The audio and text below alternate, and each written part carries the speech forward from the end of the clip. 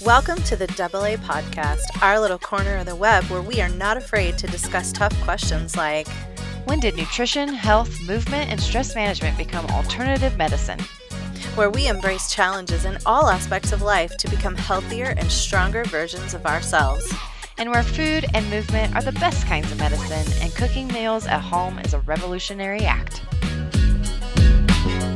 Welcome back to another episode of the AA Podcast with Ashley Olson and Andrea Crane. We're continuing our little two-part series on protein today. But before we get started, we're going to share our Bible verse with you guys.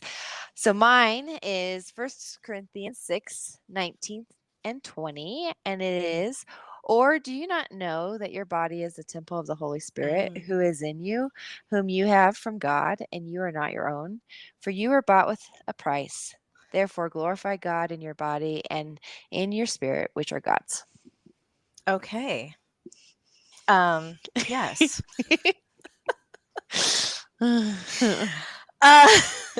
Okay. So anyway, mine is Matthew 4:4. Jesus answered them, "It is written, so you know that this is true." That is not in the Bible. Let me just say it like it's written. Jesus answered, "It is written, man shall not live on bread alone." And then he goes on to say, but on every word that comes from the mouth of God. Yes. And also a periodic steak. Exactly. So, yeah. Oh, good grief. Okay. Well, Andrea, if you recall last week, we were talking about protein. Barely. Yeah. Barely. Yeah. Just kidding. This is probably a topic both myself and Andrea could talk about forever. Days and days. Never get tired of it because there's just so many amazing benefits and that come with eating protein. So last week we talked about why we need it, why we need muscle for the body, how many calories the protein is, and then our general recommendation for a Gen Pop person to consume, and that was 100 grams of protein. Daily, yes. Daily. And for all those that are listening just to this episode and haven't listened to the last one, there is definitely a caveat to that 100 that if you are not working with somebody currently, then that would be a good starting number or baseline to get to. But if you are working with somebody specifically, then you have specific nutrition goals with that person, then they're giving you a number that is best for you. So that could be significantly higher. Significantly higher. Yes. So today we want to kind of start off with some frequently asked questions, but also some myths busting that we like to do with protein. We're also going to give you some ways that we like to track, and then kind of help you break it down how this could be structured throughout your day, and then give you some ideas on how to get that in. So you just made a note. I did. Surprise! We did not discuss. I am constantly surprising and delighting Ashley with changes that I make on the fly. So surprise, I'm being delightful again. Okay, well, what's your delightful little statement here? Well, we disagree on how delightful I am. But so one of the things just to kind of get you in the mood for talking about protein, the magic of protein, there is some alchemy that comes along with eating protein. And so I just want to kind of whet your appetite with some studies that have been done recently on so if you've been to a conventional doctor anytime in the last, I don't know, 40, 50 years, they will tell you that a calorie is a calorie is a calorie, right? And so if you eat 1,000 calories of absolute refined processed carbohydrate trash, that is exactly the same as eating 1,000 calories of the finest wild caught salmon. And it's just absolutely not true. The body responds very differently. Thermogenically, perhaps we could, you know, if we're liberating the thermogenic potential of all of those calories, sure, we get the same amount of energy out the backside. We're talking biochemistry. However, I am talking about this magical thing that happens to lean muscle in the body and body composition that we don't know exactly why it happens like this. So we have no explanation for it, but we know that it happens. And so what I'm talking about, what I'm alluding to, is that there have been many studies where they have had groups of people where they'll put them on what's called an isocaloric diet, which means, again, 1,000 calories for this group and 1,000 calories for this group, and actually it's more like 1,800 calories daily. But they will change up the macronutrients. So the distribution for group A might be like a really high protein 1,800 calories. And then the distribution for group B might be a really low protein or moderate protein distribution. So, what they find over and over again is that you can actually build lean muscle mass just by eating protein, which is crazy. I think we all thought or think that the only way to build lean muscle mass is to actually work it by doing, aerobic or strength training or something like that. But no, there is there is magic that occurs with eating protein that we don't see from fat or carbohydrate ingestion.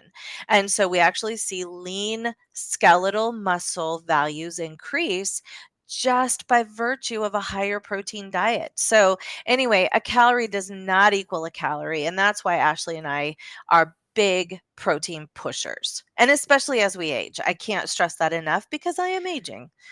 Yes, and well, we all are, right? Yeah, I mean, it's better than the alternative, but yes, yes, Exactly. we are. We're not Benjamin Buttons over No, here, okay? uh-uh, no. So, um, yes, we are big stressors on protein, big protein Mhm, consumption, and like I alluded to earlier, we promote or we encourage, I guess, more than just that 100 mhm, gram mark that we talked about yeah, and we in the like last episode. caffeine, we like protein, we like all the eames, pretty much. Yes. Yeah, We do not discriminate. I know. Okay, so one of the things that I get asked a lot, especially from my clients, is collagen. Does it count Mm, towards my protein intake?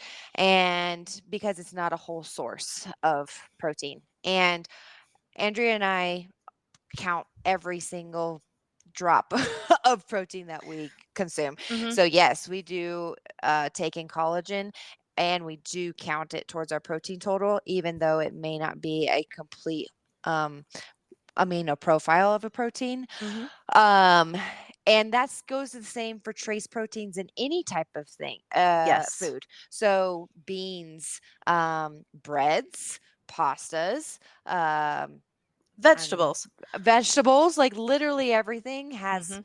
potentially a trace of protein in it, and it does count towards your daily intake. Right. Yeah, the collagen, and I think there's kind of been some pushback on collagen because it's one of those things that got really big really fast. And so automatically those things that show up big in society, they kind of become, meme worthy, or just kind of a fad. And so that automatically invites pushback, whether it's warranted or not. And so with collagen, I feel like there's this contingent of people that just kind of want to bash anything that's popular, and so they come out and say, well, you can't count it because it's not a whole protein. And so my argument has always been, well, then it's foolish to count the protein that we eat in beans, or Mm-hmm. in rice or in vegetables, because most foods have a protein fraction to them. And just because they're not, the complete complement of amino acids doesn't mean that they don't contribute to that amino acid pool in the body that we talked about last time. So, yeah, we love collagen. Yes. And if you need a recommendation, hit us up because we have one of our favorites Yes. that Andrea introduced me to.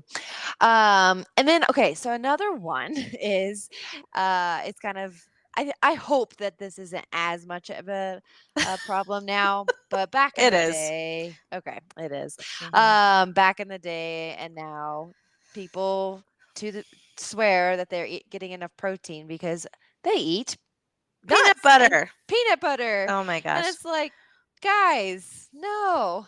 Um, so Andrea, why Mm, is are nuts and peanut butter not a protein source? okay. Well, I honestly don't know where this came from, except that maybe we can harken back to nutritional advice, 30, 40, 50 years ago.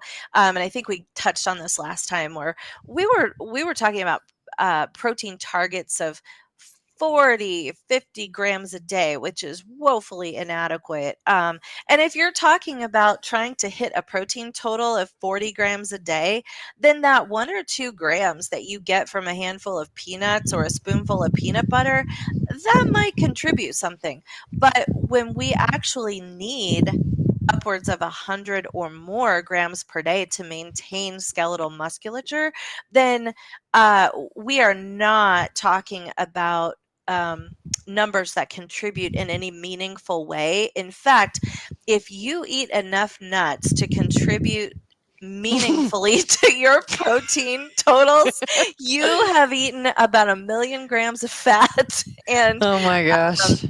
and probably vegetable oil. It's probably some crappy peanut butter with hydrogenated vegetable oils, which is just garbage. So yeah, I I love that people are eating nuts. Like, raw nuts are fantastic. Not the kind that everybody likes, but the raw ones that are not salted and they're not roasted. Those actually have a lot of nutrient density to them. But again, they are fats. They're not Right. protein. So yeah, just because And they have just a fraction of protein does not make them a protein. and just like some basic nutrition label 101, if you will. Hmm. When you look at a nutrition label, a general or the rule of thumb to know whether or not it's a fat, carb, or protein source is to literally see which number is higher. Um, and so that's a good indication of whether or not it's a true protein source or not. Hmm. Yep. Great advice. So let's touch on the next one. Okay. So, kind of what goes along with this, although not as great an offender as nuts, are cheeses.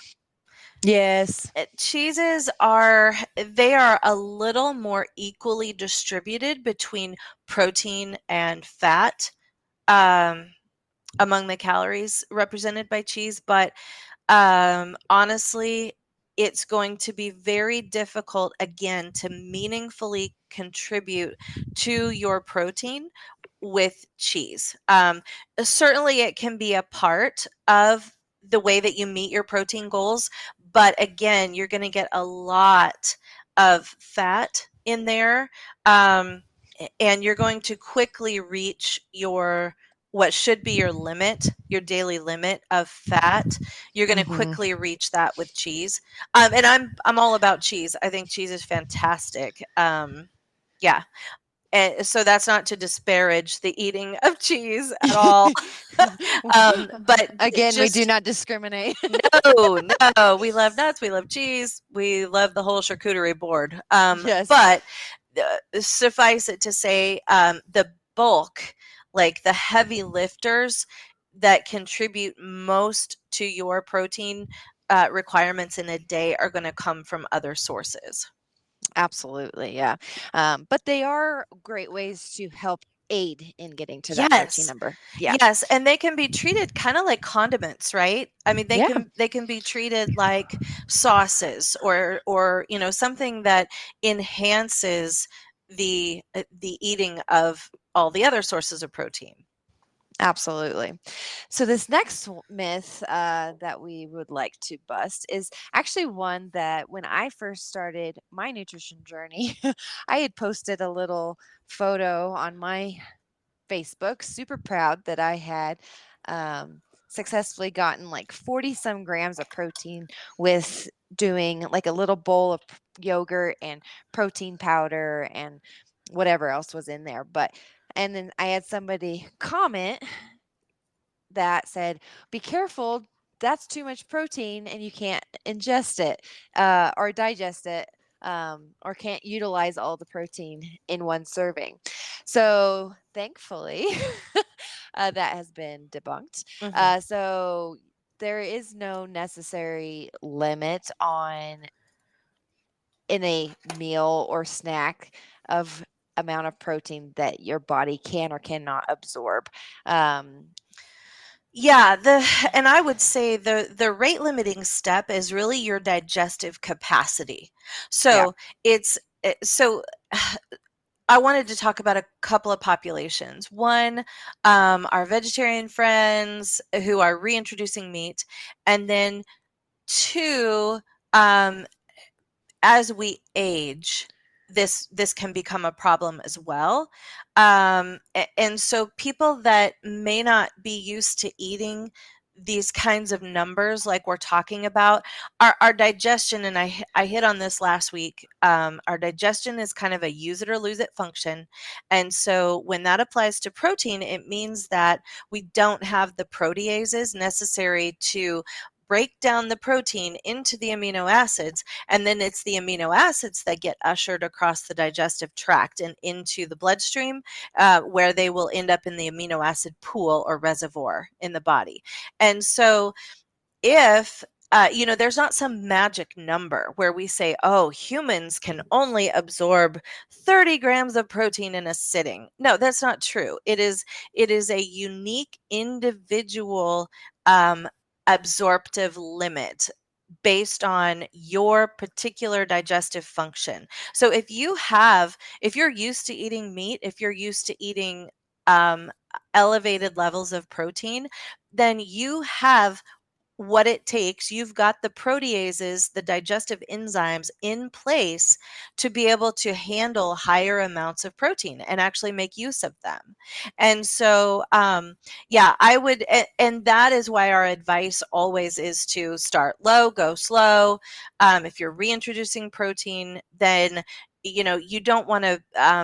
You don't want to bloat. You don't want to feel crummy after you've eaten it. And if you want to avoid those side effects of your body trying to keep up with something that it hasn't digested in the last 6 years, then you Mhm. want to make sure that you start with low amounts of protein slash meat and then build from there. 100%. Yeah, I was going to mention this is exactly why if somebody comes to me eating lower amounts, like we don't bump them up right away. We Hmm. take it slow and slow. Yeah. All right. So ways that Andrea and I have used or are currently using to track our protein or even other macronutrients or calories are probably ways that you, our listeners, have heard of before. And they're all great in their own right or way. There's no right or wrong app to use or method. It's honestly which one can you be consistent with, and you'll Hmm. notice that our big theme, probably in every episode, is going to be what can you stick to, Right. what is sustainable, Right. because if it is not something that you will easily create a habit, and habits do Hmm. take practice. So we're going to do an episode on habits as well, but um habits will take some intention and Mhm. dedication and consistency, but as you practice those habits, they become second nature over time. But it Mhm. will at first, if you're not using a current method for tracking, it's going to take practice. You're going to forget. It's okay, but just keep going back to it and trying to hound that into your brain of ways that you can do this. So one that most of my clients use is MyFitnessPal. It's a Mhm. free app. You do not necessarily need to buy the premium version. It is a lot bougier and you won't have Yeah. ads, Mhm. but you don't need to. Like the basic version has pretty much everything that you need. I do think that they recently updated it so the scan feature is part of the premium. Oh, are you serious? Yeah. Ugh, So that is a downer boo. because being able to scan is quite lovely. Oh, wait a minute. Girl, I have a hack for that. I'm just Yeah. remembering a hack. Do you know the hack? Oh, If I think I do remember. if you say, okay, I think this is it. Don't hold me to this, but I think when you sign up, if you say that you're in Australia, Oh, that's right. right? Then you can use the scan feature. Yes, you're right. I think you're right. Double check that via the Yeah, Googles, let us know. but let us know if that is true or if they caught on to us. I know. Sorry, Um, MFP. Love you. another another one that Andrea actually introduced me to was Chronometer. Mhm. I haven't used it a ton, so I know Andrea's used it more than me. What do you love about Chronometer that Oh, maybe MyFitnessPal doesn't have? you know what? It's just what I love about it and what I don't love about it are the exact same thing. So chronometer, and I'll spell that for you. Don't put an H in there. It's Chronometer. And that'll be in the show notes too. But chronometer is the most robust reporting dietary tracking app that I have ever seen. It will, if you are faithful and write down, like you track every single bite of everything that goes in your face, it will tell you at the end of the day exactly where you fell short or where you met both macronutrient concentrations of things, but also micronutrients. So things like minerals, vitamins, phytonutrients, like everything you could think of to run a human, it will tell you exactly what you're missing. So, like if you, let's say that your diet, let's say that you're feeling really crummy and you're getting some muscle cramps and you just don't feel very good overall. You start tracking on Chronometer, you might find that you're eating a really a diet that's very poor in potassium or magnesium. And so it gives you so much information. Maybe you're low in manganese. These trace minerals, yeah, it's crazy what it can tell you. But these things can be really important in terms of your overall health. And so, yeah, I love it for that reason, but I also hate it for that reason because you can get really bogged down in trying to achieve the perfect diet, which you know what, that's that's really hard, and it can take, all of your extra free time trying to figure out, okay, how do I get enough manganese and copper in my diet? Well, at some point we just have to live. There's other things to worry about in the world than every bite of food that goes in your mouth and making sure that you're hitting 100% of all your daily requirements of everything. So overall, obviously we want the optimal diet, but we also don't want people to obsess over it. Hmm. There's actually a condition called orthorexia, and we want to moderate in all things, right? Right, right. So yeah, that's Yeah. chronometer. We're yeah. Um yeah, I was just going to say we are big proponents on trying to do as much whole food as possible, Hmm. but we also are not going to be like unrealistic with Right. things. So, Yeah, and you know what? That actually leads into another thing that I want to mention, because our very last way to track is probably what I use the most successfully when it comes to tracking protein. And this is not even one that I thought of when we were kind of brainstorming on what we were going to say about this. Ashley actually brought it up, and I use it all the time. And that's just pen and paper. Because here's the deal. If you make a lot of food at home, if you make casseroles, if you make soups, if you make stir fries, all of these things are going to, like, you're going to want to set your hair on fire if you have to put every single recipe into these tracking apps, because the bottom line is we don't want people opening boxes. We don't want people cutting bags open to eat. We want people eating from the external, from the outside of the stores, from the produce areas, from the meat counter. We want people cooking their meals at home. And so it becomes really pretty onerous to put all those recipes into MyFitnessPal or Chronometer, because how do you say, like, I had 2 cups of this soup, and oh gosh, now I gotta put this whole recipe in, like everything that I put into this soup. How much did it make? Like, you have to know. This made Mhm. exactly 11.5 cups of soup, and then I divided that into how many. Yeah, you can see where it would just become really onerous. And so pen and paper becomes really, really functional and efficient. What do you think about that? I think it's great. I think especially for those that are just beginning their journey, Hmm. because it again, what can we stick to that's Yeah. sustainable and that you can be consistent with? Right. So if you're Oh my gosh. I am so sorry. That's all right. My dog was Ugh, doing it in oh my the gosh. one of the episodes. Okay. Um, so um, so I think pen and paper is very good. And also, it's not even just for somebody that's beginning. It could be somebody that's been tracking for years, Yeah. but Mhm. they just want him to have some checks and balances to make sure that they're not completely out of line, but they don't necessarily need to have an app Right. tracking everything. So, Right. also, if you do have obsessive personalities or type A personalities, this also can be a great way to do it. So that way you're not obsessing about the whole picture. You're just saying, "Hey, I just want to make sure I'm getting my protein in." Right. Mhm. So here I can just jot it down as I'm making my lunch or my breakfast, Yeah. and just put it down and just forget about it. And Yeah. it's not something that you can constantly pull up on your phone. So And one more thing, it it it is necessary if you're going to use pen and paper, and actually it's necessary for all of these things. It's just necessary. You need a kitchen scale. And yep, you gotta have a way to weigh this stuff. You can get one for $10 that is very reliable on Amazon, yep, and then weigh your stuff. So a good rule of thumb, and you could just kind of commit this to memory. Or one thing that I do is I make notes on things.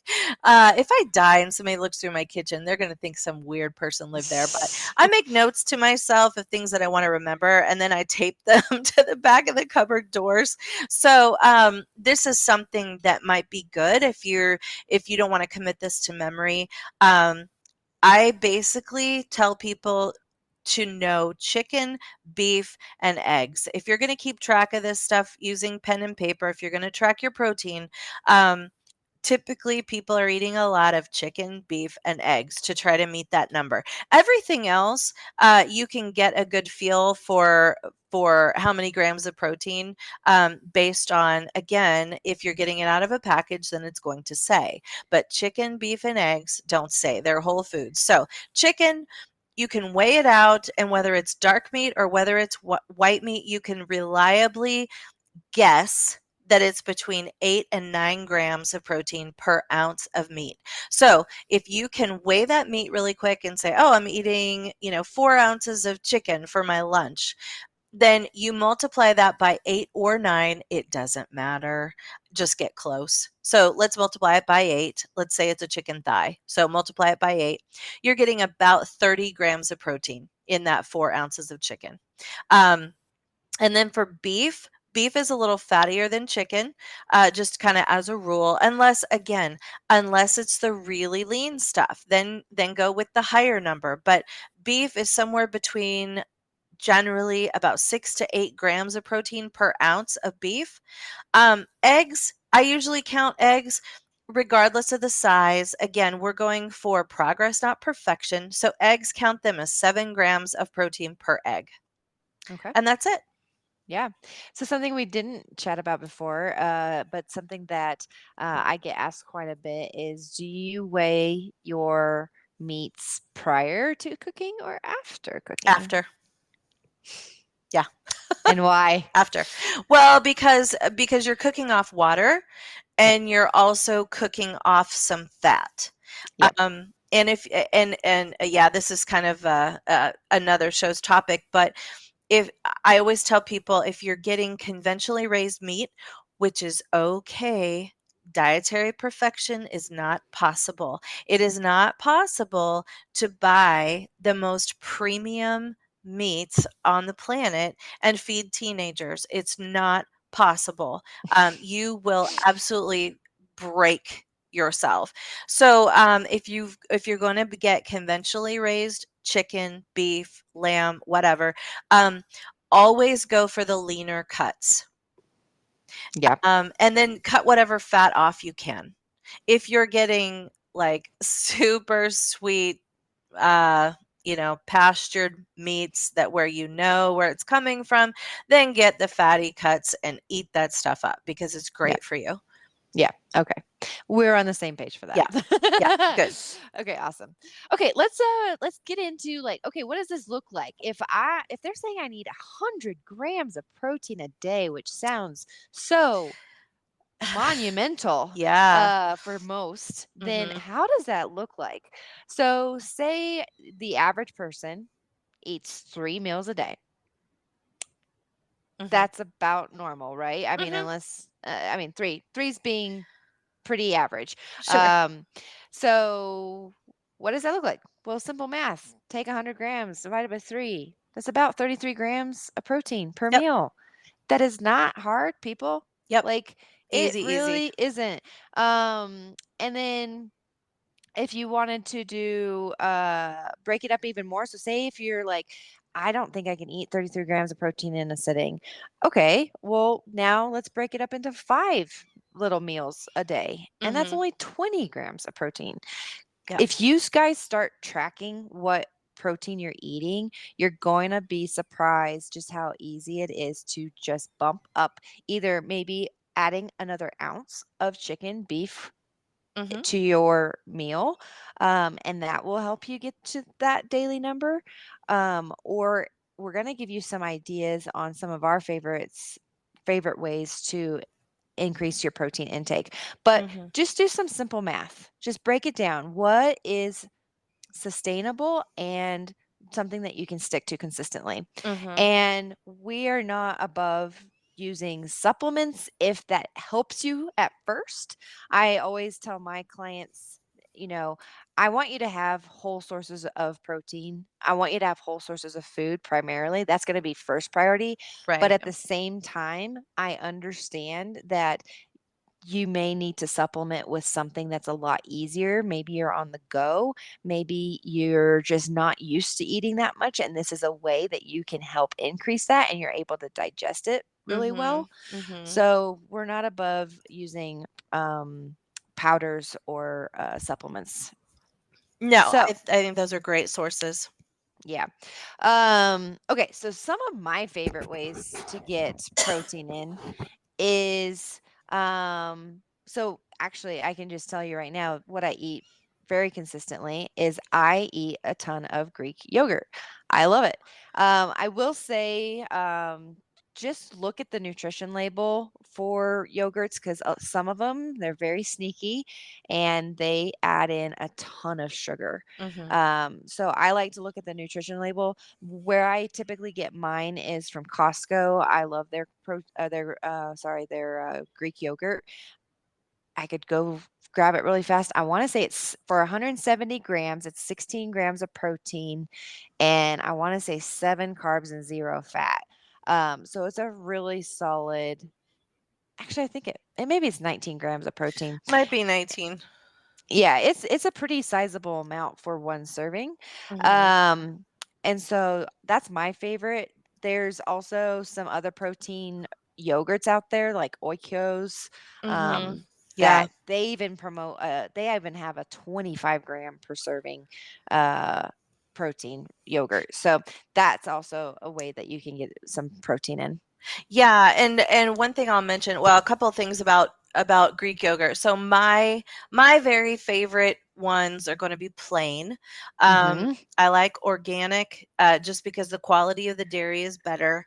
And my absolute top tier 100% favorite is Nancy's Greek Yes. yogurt, plain, full fat. That is the bomb yogurt. Yes. That, yeah. It is really good. I sometimes have a hard time finding it. Yeah, I do And too. I do too. so But Nancy, wherever you are, girl, you are doing it right.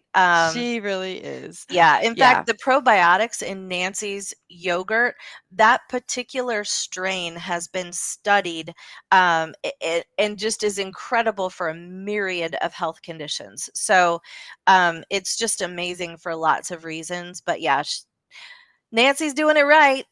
Mm. So So yeah, if you find that, then go yeah, ahead and get that one. yeah, absolutely. And the other thing that I want to say, so you mentioned Oikos. So they have some zero carb flavored high protein yogurts. So for those folks that need to stay away from um kind of crummy sugar substitutes. And I would say that's most of us most of the time.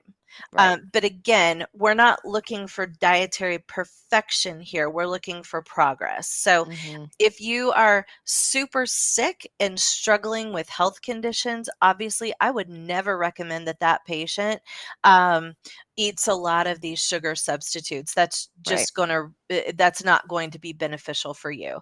However, if you are, you know, kind of the picture of health and you're doing great, you're feeling all right, then you can have these you can have a little more flexibility in terms of what you allow your body to process. And so, yeah, are they perfect? No. Flavored, they're sweetened with acesulfame and sucralose, which are not my favorite under any circumstances. But I just wanted to put that caveat in there. Yes, good one. Another one that I recently discovered thanks to a friend, and they sell them at Costco. And I did look on their website, at least for here in Colorado. It looks like multiple grocery stores carry them. Oh, They're going to be a little, well, if you get them at Costco, they're actually not that bad of a deal, quote unquote. But they're called the Wild Protein Chips. It's WILDE, okay. and I really like them. I've only had the buffalo one, and they taste fantastic. I Oh, those look freaking love them. awesome. Yeah. And they had multiple flavors on their website. So they are definitely on the spendier side. So they're not necessarily something I'm gonna chow down on a daily basis necessarily, Mhm. but they will definitely help me bridge that gap, especially on days where I might be struggling a little bit more than others. And then another one that I go ahead. Well, I brought up the label here. I want to see if I can.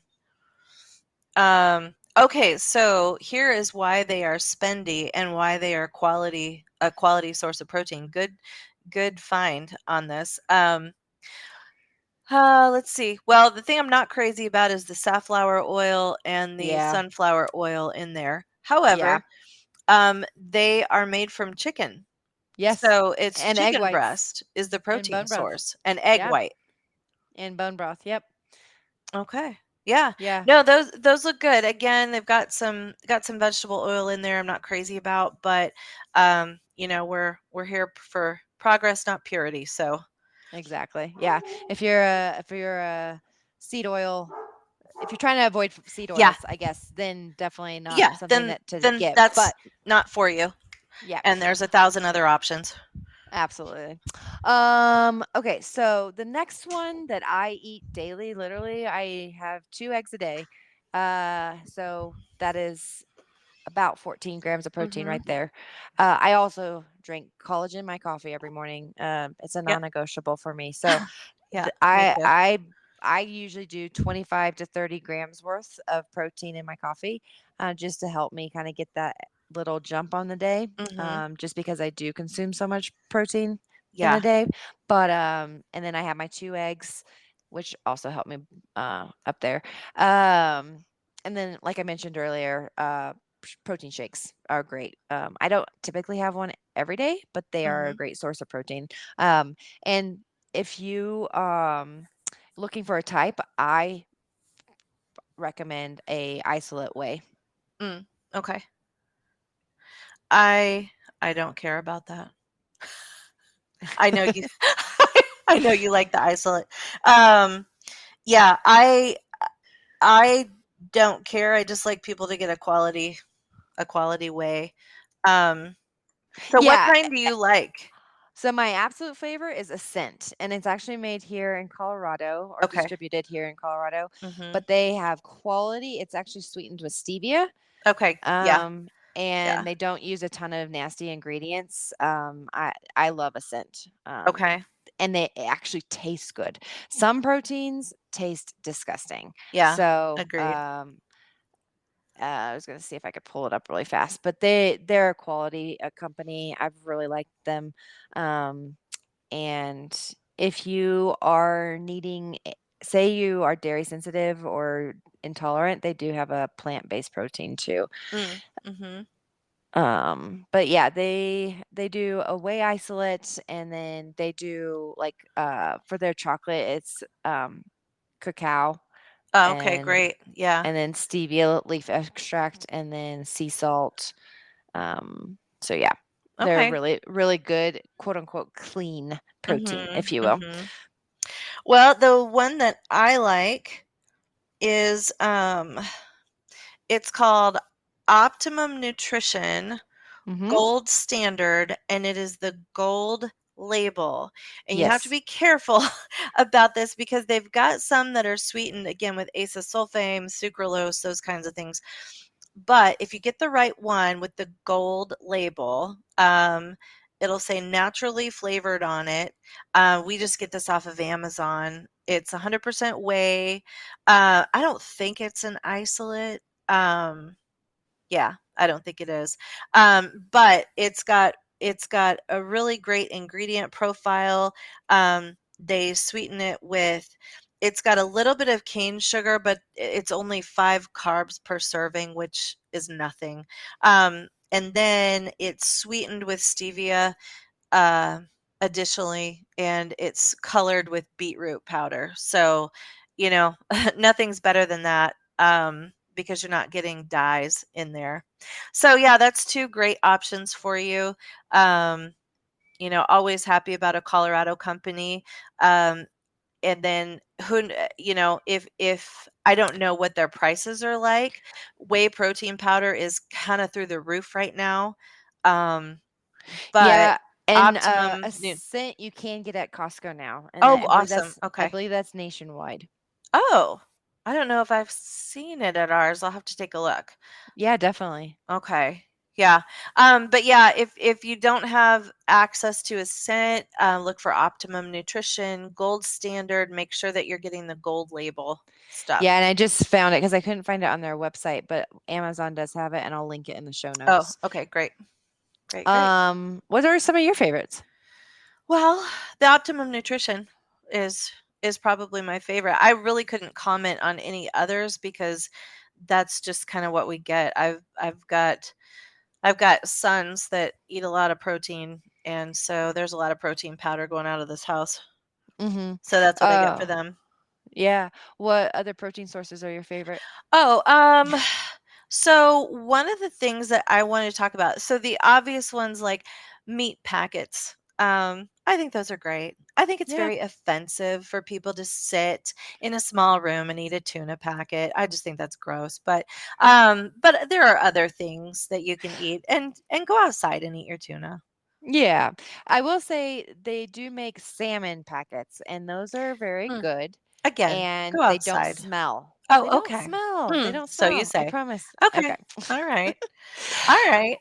And Well, at least don't heat them up. I don't know. right. They probably smell if you heat them up, but Yeah. yeah. Okay. And so the other thing that I wanted to tell people to keep their eyes open for is there are a lot of companies that are getting really creative with whey. So if you can't tell, I'm a huge fan of whey. Whey is really high in leucine, which is the amino acid that initiates muscle synthesis. So you cannot build muscle without a leucine to initiate the muscle synthesis. And so a lot of times we don't get enough leucine in our diets. And so whey protein is a great way to get that. So I'm a big fan. But there are a lot of companies that are getting creative with whey. So they'll make like crackers or puffs.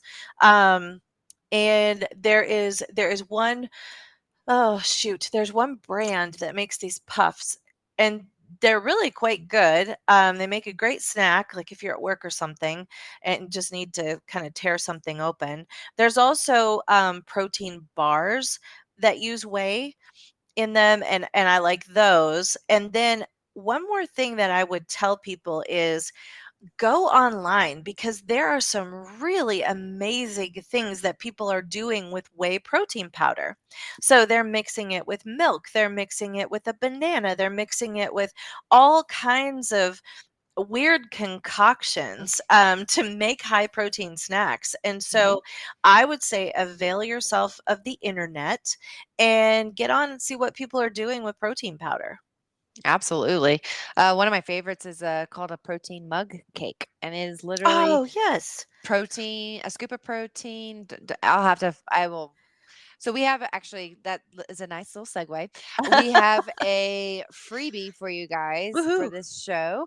And that is some of our favorite protein snacks, and some of them are some little recipes. But Mm, one of them is a protein mug cake. It's super simple.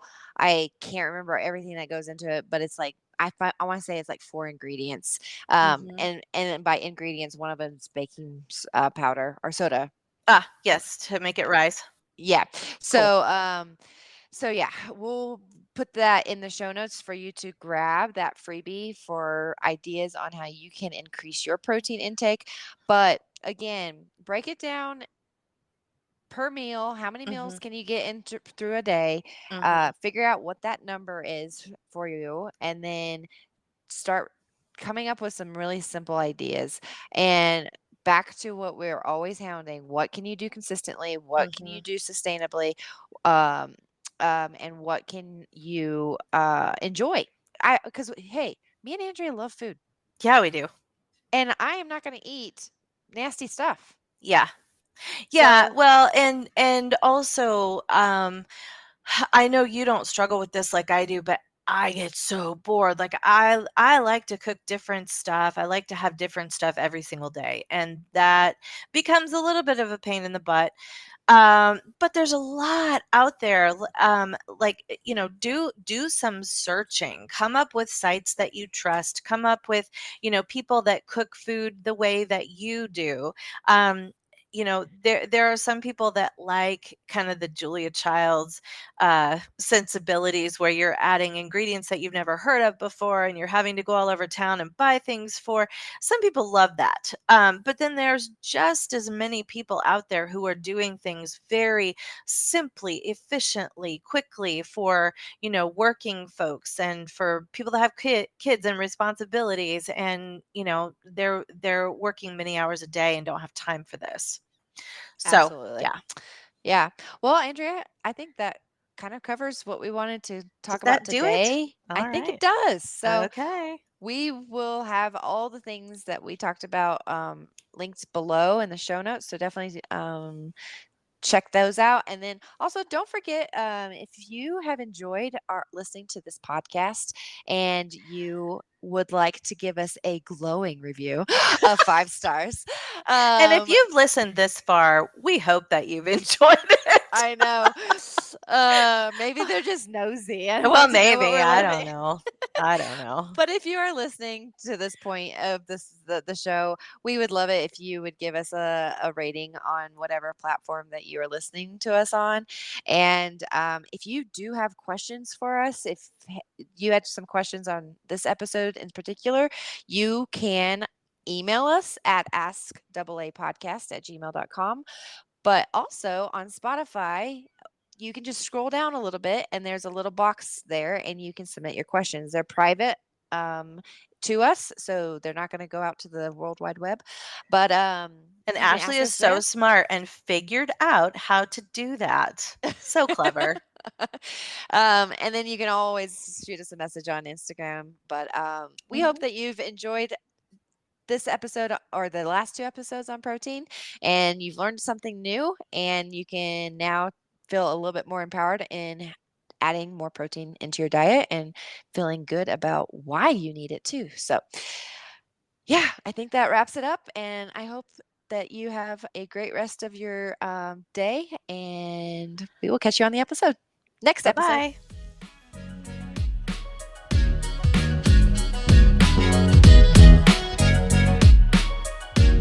The content provided in the AA podcast is intended for informational and educational purposes only.